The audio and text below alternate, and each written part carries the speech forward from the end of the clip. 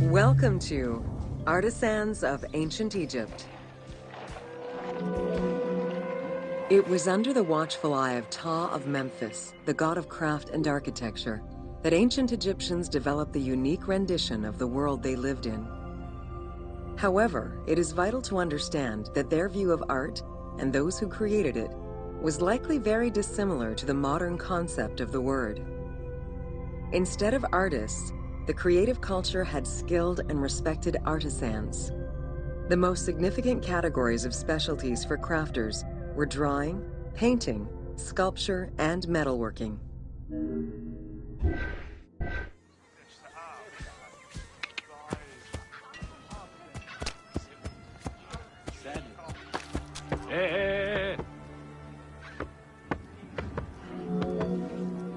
Ancient Egyptian craftspeople created both art and a wide variety of mundane, everyday tools.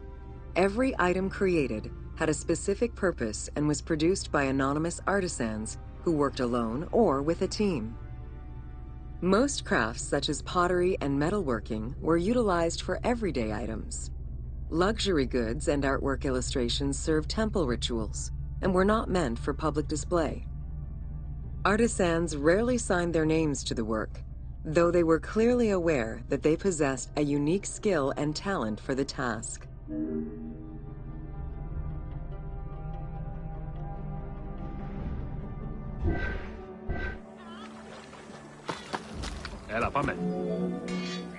Art, in all its forms, has offered not only a practical insight into the way ancient Egyptians lived, but in how they viewed the world and their place in it. The balance of order and chaos was crucial in both the physical and the metaphysical universes. As a result, their art appears to follow a strict set of stylistic conventions that supported this worldview. From households and palaces to temples and tombs, pottery, papyrus, and textile items were essential to the everyday life of ancient Egyptians.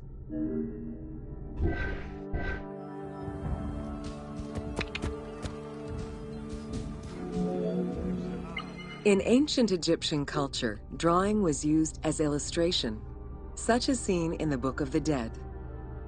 It was also the first step in the creation of a relief, painting, or statue. Two-dimensional representations were concerned with order and form, and were intended to honor gods and promote the transition of the soul to the afterlife.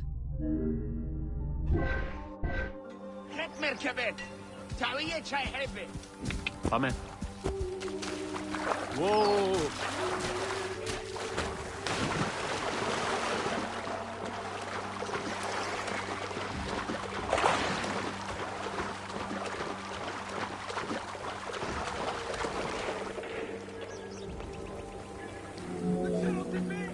Stylistically, Egyptians were concerned with the depiction of the human form's inner self. As such, artistic representations were not concerned with realism, but rather with idealized youth and perfectly harmonious visuals.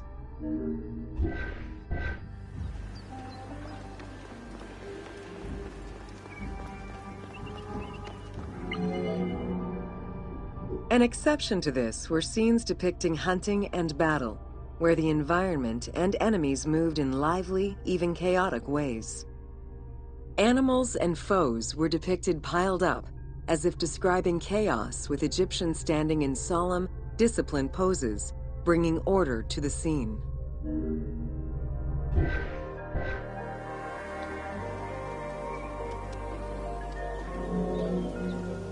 Reliefs could be either in high relief or low relief. Either method required a surface suited to the desired technique. Preparation of the surfaces differed depending on the quality of the rock. A quarried block only needed a simple smoothing. Rough-cut rock monuments, such as those found in tombs, required more work. Often the surface was coated in plaster before being sculpted.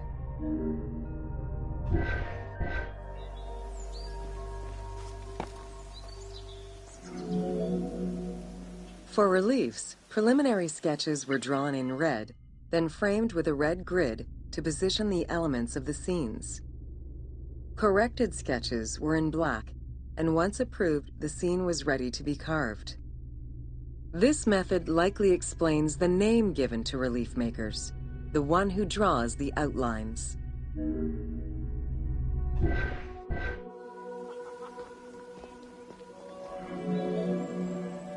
Statues were believed to be vessels for the souls of the deceased, or deities.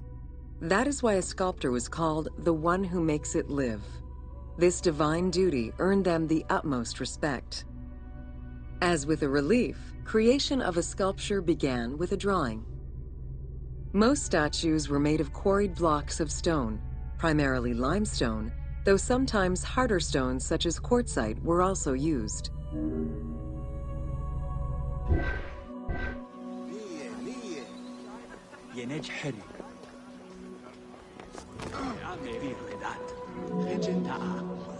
In ancient Egypt, the profession of crafter was organized and relied on a specific hierarchy. Most artisans depended on an institution to provide them with raw materials. There were 3 working levels for craftsmanship: domestic, large estates, and within palace and temple workshops. Some royal workshops, at their largest, covered an area of about 2.8 square kilometers in size.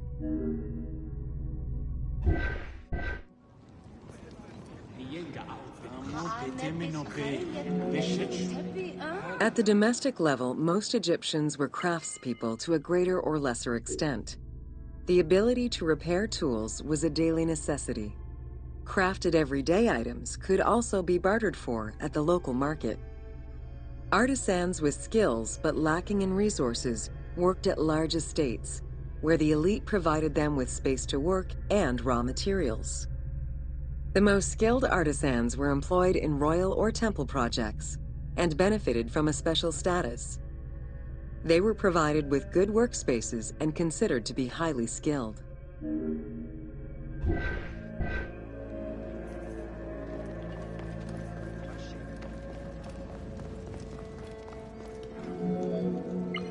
An ancient text known as the Satires of Trades has a number of descriptive summaries that offer teasing glimpses into how artisans were perceived. A coppersmith was said to stink and have fingers that resembled crocodile droppings, while potters were said to be like those who lived in bogs.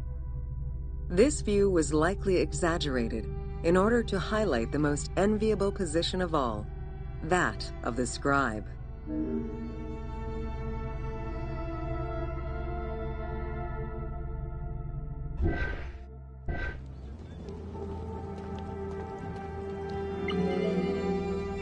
Located near the Valley of the Kings, Deir el-Medina was a settlement created by order of the king to honor the most skilled artisans. Its name translates as the monastery of the city. Allocated a house on the initiative of the king, these craftsfolk were regarded with respect and referred to as the royal artisans. Those who lived there worked on the tombs in the Valley of the Kings and its surrounding temples.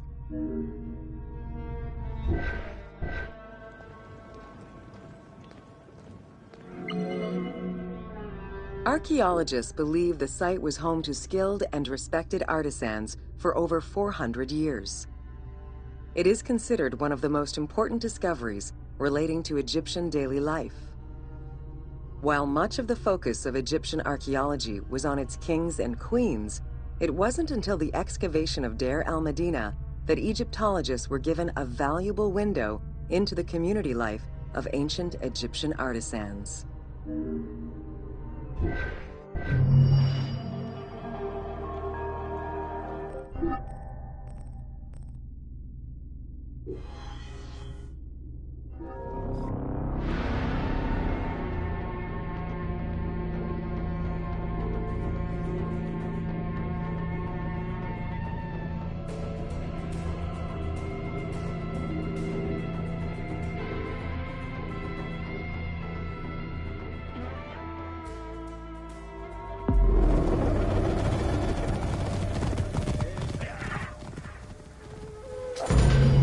Welcome to Evolution of Pottery in Ancient Egypt. Excavations all over Egypt have uncovered enormous quantities of pottery vessels of all shapes and sizes. The production of pottery was mainly confined to the outskirts of settlements due to the materials required and to keep the kiln smoke away from inhabited spaces. The function of the product determined the selection of the raw material, its treatment, its form, as well as the finishing of the surface.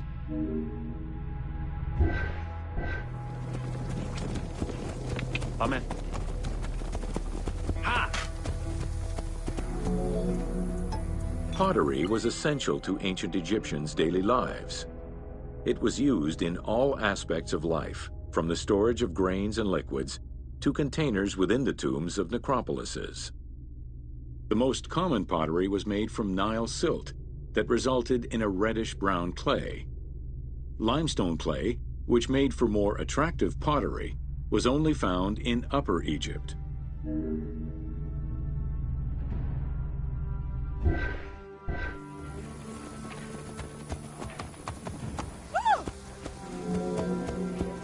Early pots were made from pinched or coiled clay.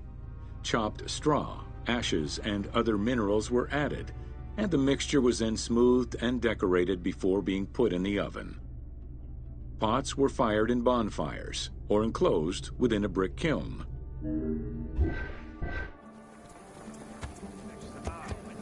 Amen. The potter's wheel was utilized during the Old Kingdom. Pottery became smoother and more polished, similar to river stones. It was decorated primarily in red pigment, with the black color achieved by exposing it to smoke. Pottery workshops were attached to palaces or temples, and around the late period, specialized workshops began to appear.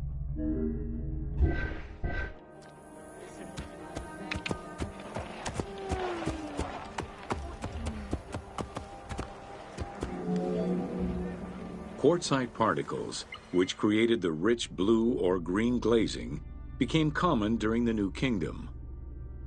Mediterranean motifs and tin-based glazing came with the Greco-Roman era.